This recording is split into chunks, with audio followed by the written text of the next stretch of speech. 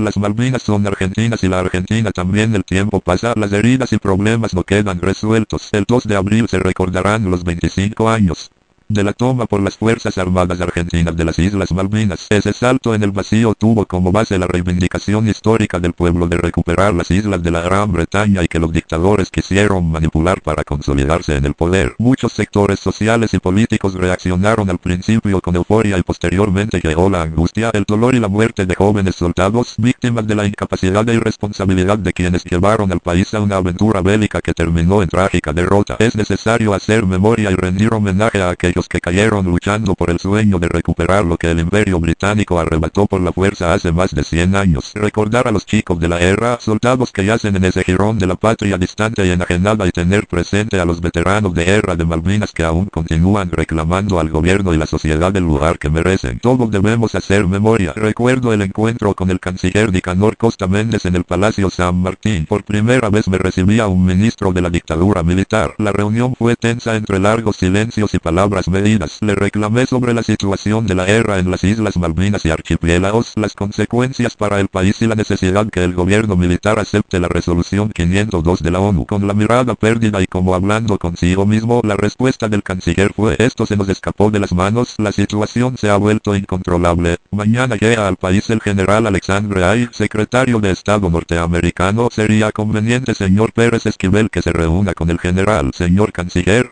sabe que no soy parte de este gobierno y que no comparto su política ni su actuación y no pienso encontrarme con el general Hay. Mi presencia aquí es para pedirle que acepten la resolución 502 de las Naciones Unidas que establece el retiro de las tropas argentinas y su reemplazo por los cascos azules o fuerzas compartidas. A partir de esa resolución es necesario negociar con el gobierno británico la soberanía de las islas. Todavía hay posibilidades y un margen de tiempo. Actúen antes que sea tarde. El gobierno no puede ignorar que los aliados históricos de los británicos son los EU.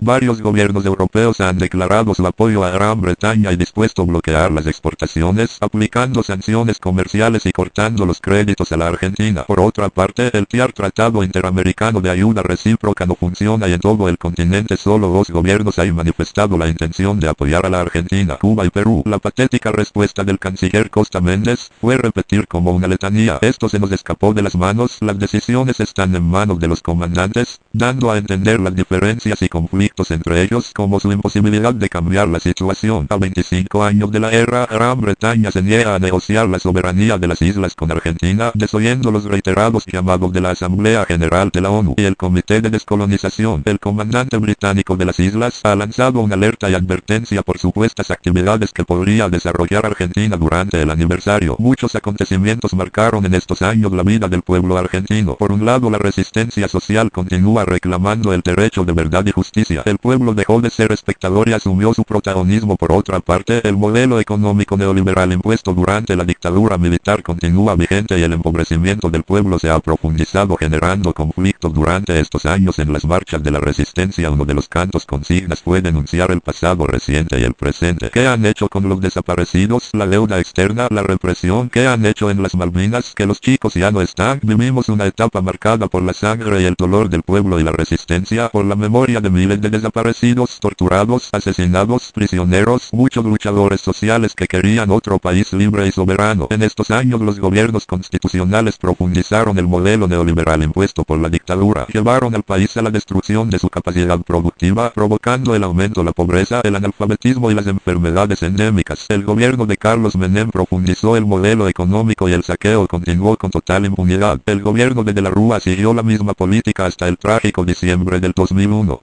Nada cambió, todo es igual, lo mismo un burro que un gran profesor.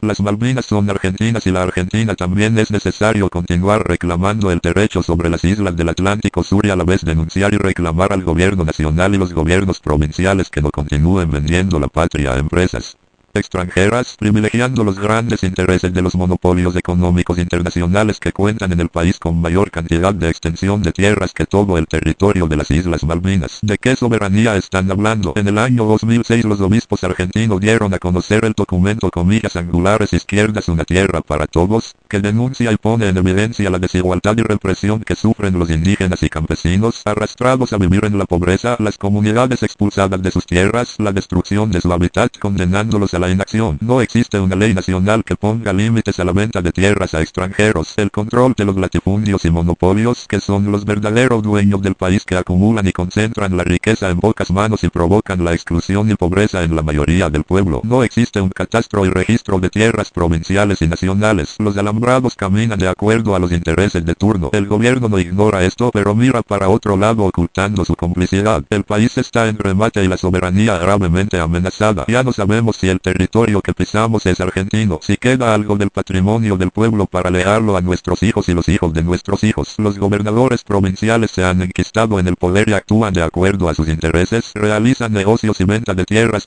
Esos señores feudales están en campaña electoral para perpetuarse en el poder y ser reelegidos para no perder el negocio. Están vendiendo desde la Puna a la Patagonia, la cordillera de los Andes a empresas mineras. Inmobiliarias extranjeras ponen en subasta las tierras argentinas. Debiéramos recordar a Daniel Biglietti en su conocida canción A desalambrar, la tierra es tuya, mía, de Juan, María y José. El pueblo ve impotente cómo se aplica la política de devastación y destrucción de los montes naturales con una explotación intensiva e irracional, agroquímicos afectando el ecosistema y los acuíferos en peligro de privatización, pérdida y contaminación del agua. Pobladores de zonas rurales y suburbanas, campesinos e indígenas son expulsados por la fuerza pública de sus tierras.